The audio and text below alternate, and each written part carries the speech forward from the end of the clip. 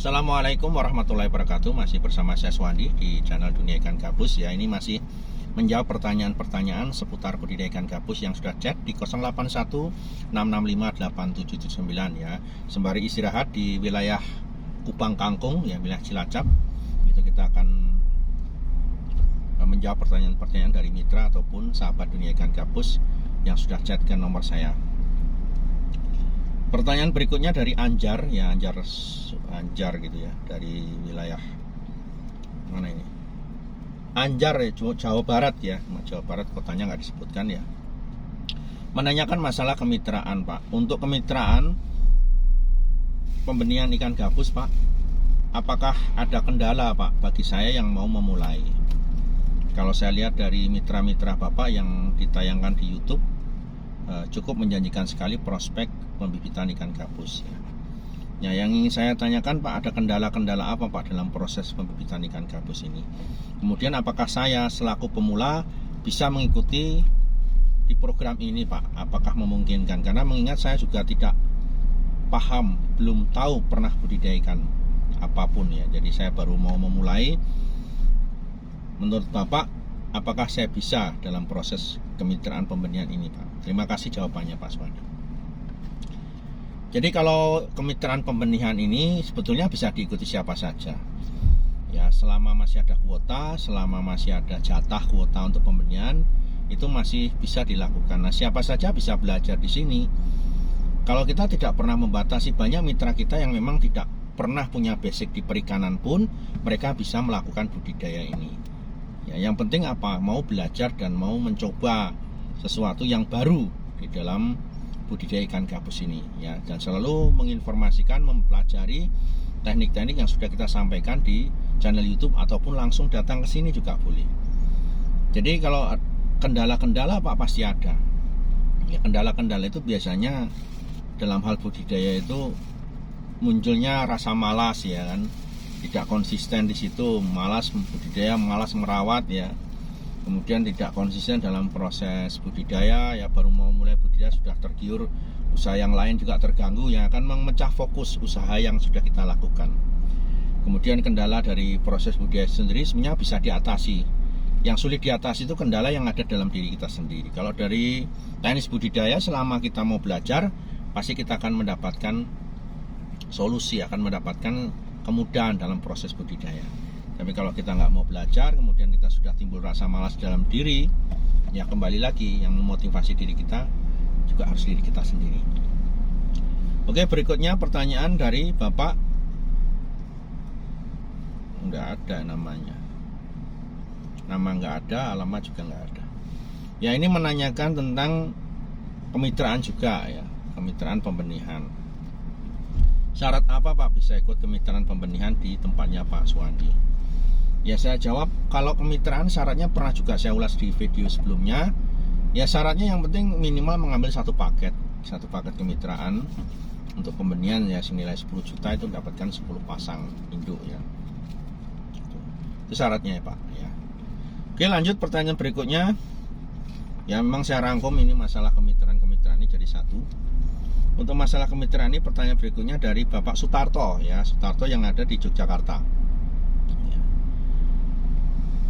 Mohon pencerahannya Pak Suwandi untuk ikut program kemitraan pembenihan itu. Kalau misalkan saya ingin mendapatkan penghasilan satu bulannya 100 juta, apakah mungkin Pak Suwandi?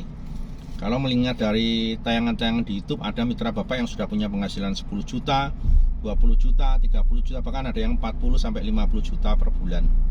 Kalau saya memang menginginkan penghasilan 100 juta per bulan, berapa induk yang harus saya miliki Pak? Dan berapa luasan lahan dan modal yang harus saya keluarkan untuk mendapatkan penghasilan pembenihan 100 juta per bulan? Terima kasih Pak, mohon penjelasannya. Ya, ini pertanyaannya agak panjang sekali nih masalah pembenihan ini.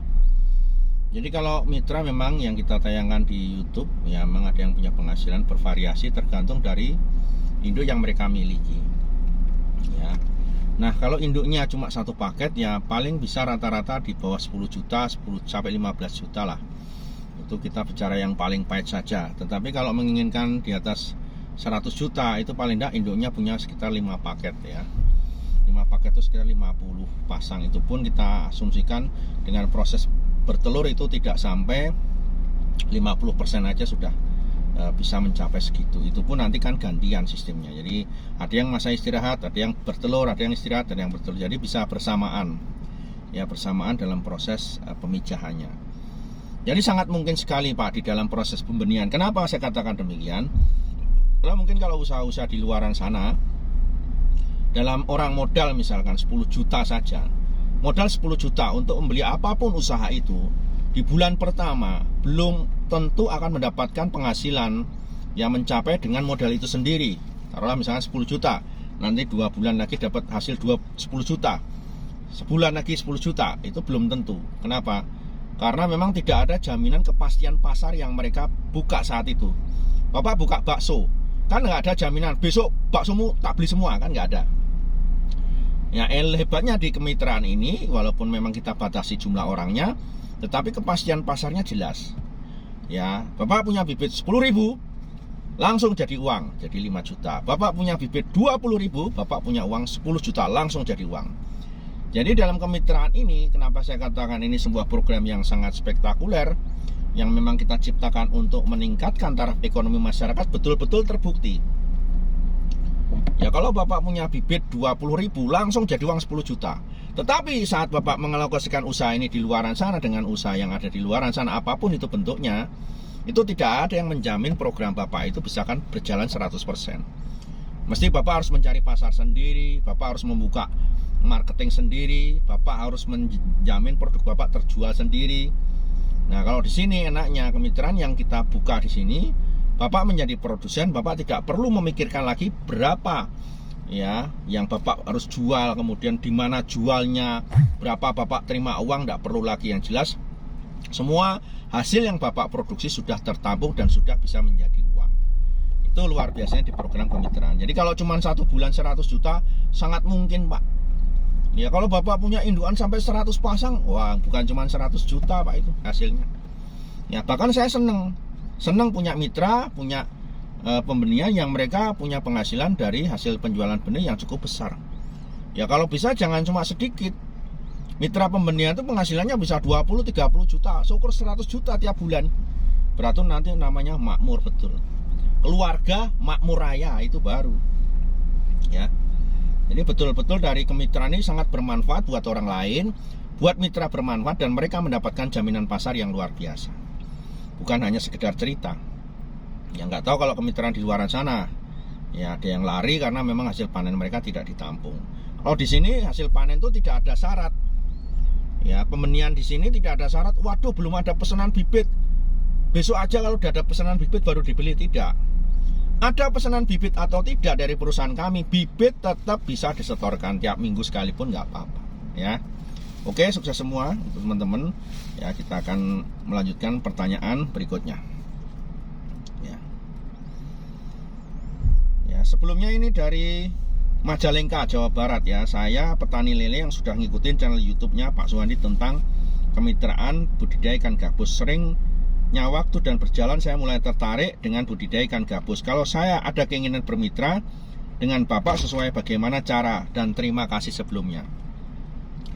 Ya kalau mau bermitra dengan kemitraan ikan gabus, ya tentunya dengan mendaftarkan menjadi calon mitra ya, ikut kemitraan pembenihan, minimal mengambil 1 paket kemitraan pembenihan ya, nanti bisa meningkat untuk paket-paket berikutnya. Yang jelas kita sarankan dari 1 paket itu sudah bisa produktif dulu, menghasilkan income dulu ya, begitu itu nanti baru lanjut ke paket-paket berikutnya.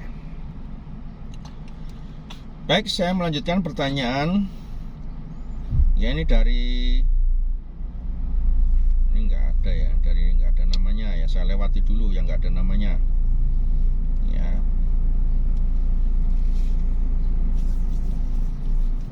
Nah oke, saya sering mengikuti tayangan YouTube ini dari Bapak Suhadi ya, dari Sidoarjo ya. Saya mengikuti tayangan YouTube Pak Suhadi. Saya sekarang lagi mencoba pelihara gabus, beli bibit 300 ekor di tempat daerah saya ya, ukuran bibit 3-4 cm. Boleh tanya bagaimana supaya bibit tersebut lahap makannya? Apa pengaruh dan bibit itu sendiri? Ya, apa pengaruhnya dari bibit itu sendiri? Terima kasih Pak. Ya. Jadi kalau mengharapkan bibit itu makannya lahap, itu tergantung dari benihnya dulu. Jadi benihnya dulu itu memang diajari peletnya cukup nggak waktunya, makanannya cukup nggak. Lahap dan tidaknya itu tergantung yang ngajari si pembudidaya itu.